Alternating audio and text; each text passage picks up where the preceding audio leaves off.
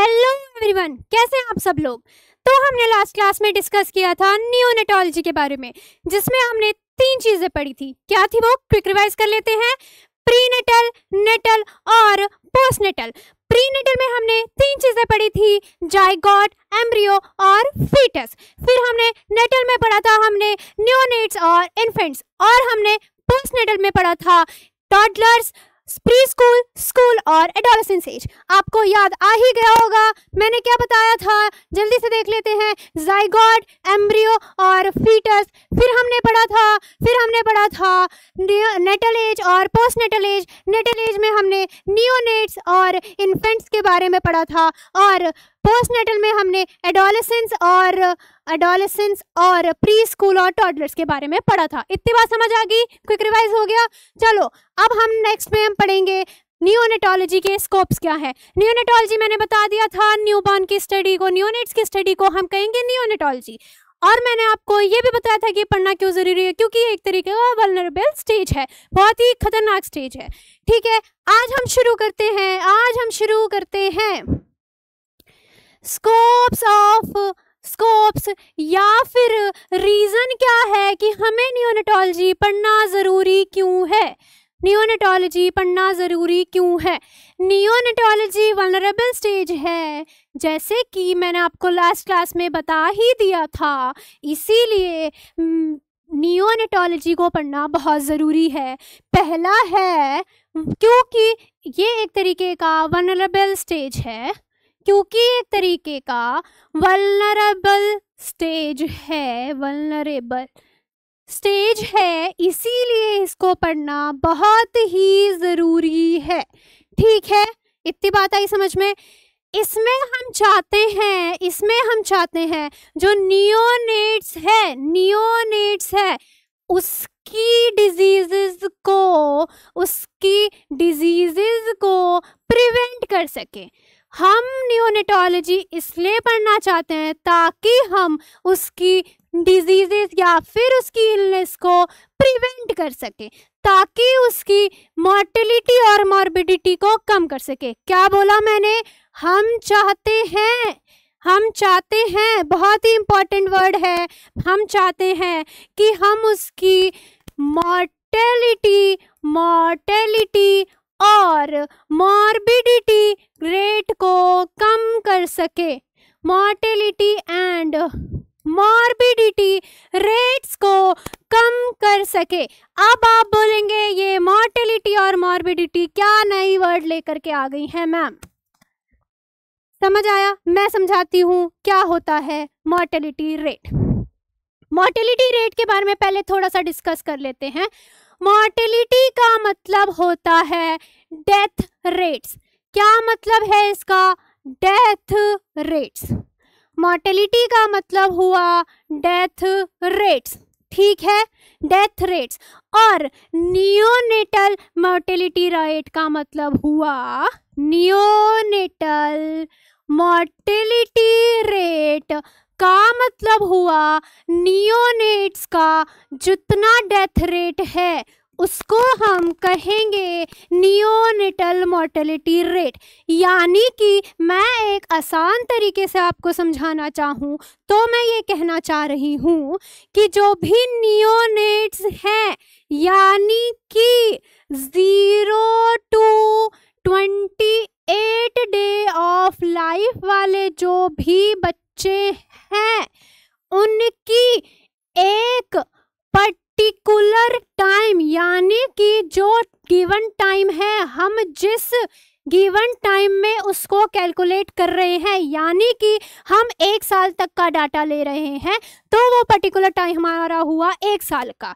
तो मैंने बोला नियोनेट पर्टिकुलर टाइम में, किसी नियोनेट का एक पर्टिकुलर टाइम में जितनी डेथ्स हो रही हैं, पर्टिकुलर टाइम में जितनी भी डेथ्स हो रही हैं, उनको हम नियोनेटल मॉर्टेलिटी रेट कहेंगे। जितने भी नियोनेट्स हैं जो कि 0 to 28 डेज के होते हैं, उनकी एक पर्टिकुलर टाइम पे जितना पूछा गया, यानी कि 1 साल, वो हुआ हमारा पर्टिकुलर टाइम, उसमें उनकी जितनी भी डेथ्स हो रही हैं उनको हम बोलेंगे नियोनेटल मोर्टेलिटी रेट। ठीक है, इस पे एक बहुत ही इंपॉर्टेंट क्वेश्चन पूछा जाता है। क्या इस पे क्वेश्चन पूछा जाता है? इस पे क्वेश्चन पूछा जाता है नियोनेटल मोर्टेलिटी रेट, नियोनेटल जिसको हम NMR भी बोल सकते हैं। समझ आ गई बात? नियोनेटल मोर्टेलिटी रेट जिसको हम NMR भी बोल सकते हैं, इज एक्सप्रेस्ड एज मतलब कि अगर हम उसको कैलकुलेट कर रहे हैं उसके रेट को, तो वो किसके रिस्पेक्ट में कैलकुलेट कर रहे हैं। पहला क्वेश्चन हुआ हमारा as per 10,000 live birds, as per 10,000 live birds. ठीक है, दूसरा हमारा ऑप्शन हुआ as per 1,00,000 live birds, 1,00,000 live birds. ठीक है, समझ आया? पहले मैंने बोला एज पर 10,000 लाइव बर्ड्स, दूसरा मैंने बोला एज पर 1,00,000 लाइव बर्ड्स, तीसरा है हमारा as per 1,000 live birds, as per 1,000 live birds, और चौथा डी ऑप्शन है हमारा एज पर 100 लाइव बर्ड्स। ये क्वेश्चन समझाने से पहले मैं आपको एक चीज बताना चाहूंगी।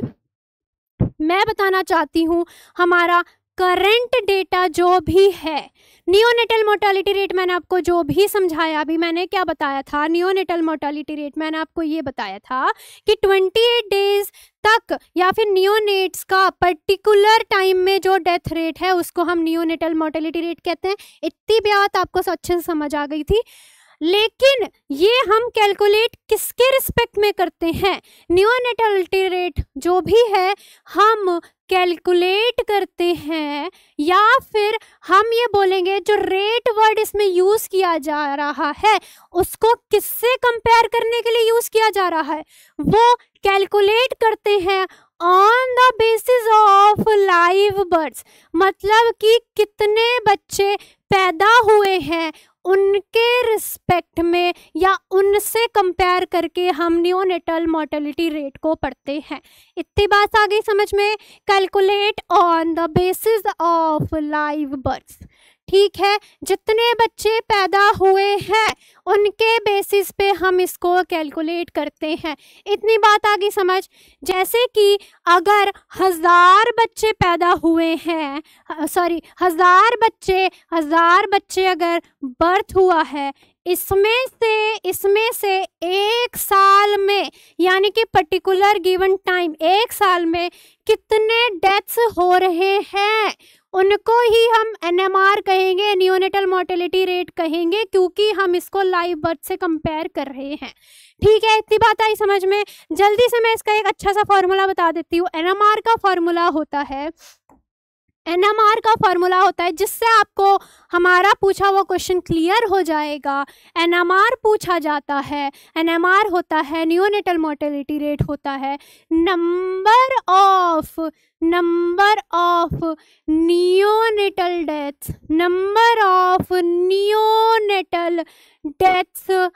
नियोनेटल डेथ्स और अपॉन में उसके नीचे है हमारा नंबर ऑफ लाइव बर्ड्स, क्योंकि हम इसको लाइव बर्ड से कैलकुलेट कर रहे हैं इसीलिए हुआ हमारा number of live birds into में 1000।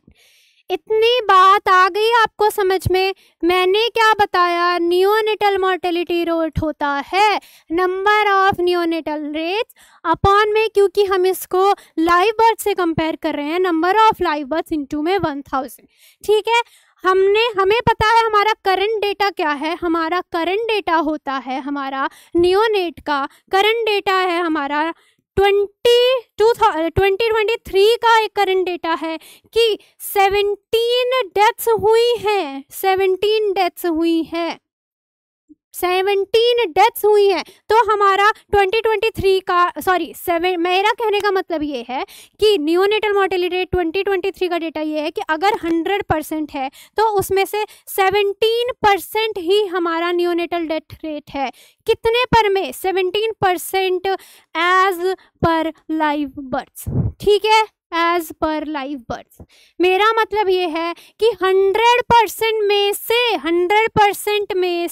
17% जितने हैं उनका नियोनेटल डेथ हुई है। ठीक है, 17 बच्चे अगर लाइव बर्थ्स हैं तो 100 अगर लाइव बर्थ्स हैं तो उसमें से 17% की डेथ हुई है। तो हमारा करंट डेटा 2023 का ये कहता है कि 17% एज पर लाइव बर्थ्स हमारा नियोनेटल रेट है। इतनी बात आ गई समझ में? तो मैंने क्वेश्चन ये पूछा था कि NMR इज एक्सप्रेस्ड एज, हमने क्वेश्चन का आंसर देने से पहले हमने ये समझ लिया इसका फॉर्मूला क्या है। इससे आप अच्छे से समझ गए होंगे कि ये पर 10,000 से कैलकुलेट किया जा रहा है। किससे? पर 10,000, 1000। क्या बोला मैंने? 1000। तो पहला ऑप्शन है एज पर 10,000 नहीं, क्योंकि हम फॉर्मूले में हमने देख लिया कि 1000 के कंपैरिजन में हम इसको कंपेयर कर रहे हैं। तो 10,000 नहीं, 1 लाख नहीं, इसका आंसर हुआ एज पर 1000। ये क्वेश्चन MCQ के फॉर्म में एग्जाम में पूछा गया है, इसको ध्यान से याद रख लेना। इसमें बहुत बच्चे कंफ्यूज होते हैं और गलत भी करते हैं। NMR हमारा हमेशा 1000 लाइव बर्थ्स के अकॉर्डिंग होता है, एज पर 1000 लाइव बर्थ। इतनी बात आ गई समझ में? NMR आ गया समझ में? मैंने क्या बताया? NMR मतलब नियोनेटल मोर्टेलिटी रेट, जो कि कैलकुलेट होता है एज पर 1000 लाइव बर्थ्स। ठीक है, आ गया समझ? अब हम नियोनेटोलॉजी के मेन टॉपिक्स पे हम आते हैं, जिसमें अब हम बात करेंगे आपको लेवल ऑफ या फिर stages of neonates,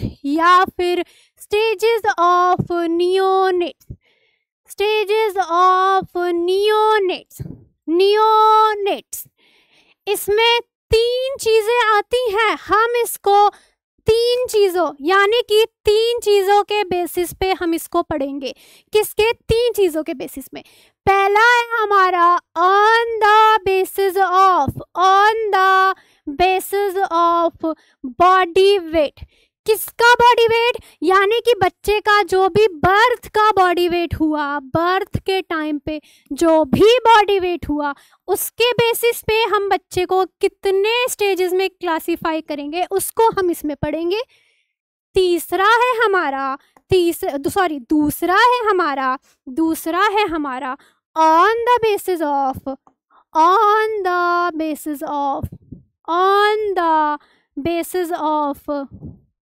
gestation age, on the basis of gestation age या फिर पीरियड ऑफ गेस्टेशन, ऐसे भी लिख सकते हैं हम इसको, period of gestation. Last class में मैंने आपको बताया था गेस्टेशनल एज हम कब से स्टार्ट करते हैं, हम कब से कैलकुलेट करते हैं? 0 डे, यानी कि from the day of last menstrual phase. इतनी चीज मैंने बताई थी, समझ आई?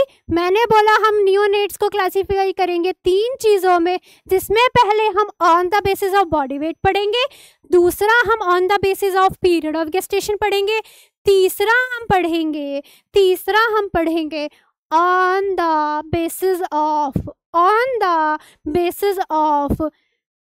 बॉडी वेट यानी कि birth weight plus period of gestation, दोनों को साथ में लेकर के पढ़ेंगे। बॉडी यानी कि बर्थ वेट प्लस में पीरियड ऑफ गेस्टेशन, जिसको हम POG भी बोल सकते हैं, मैंने आपको लास्ट क्लास में बताया था। ठीक है, ये 3 चीजें हम पढ़ेंगे। आज की क्लास में हम डिस्कस करते हैं on the basis of birth weight. आज की क्लास में हम डिस्कस करेंगे on the basis of birth weight. ठीक है, आज की क्लास में हम डिस्कस कर लेंगे ऑन द बेसिस ऑफ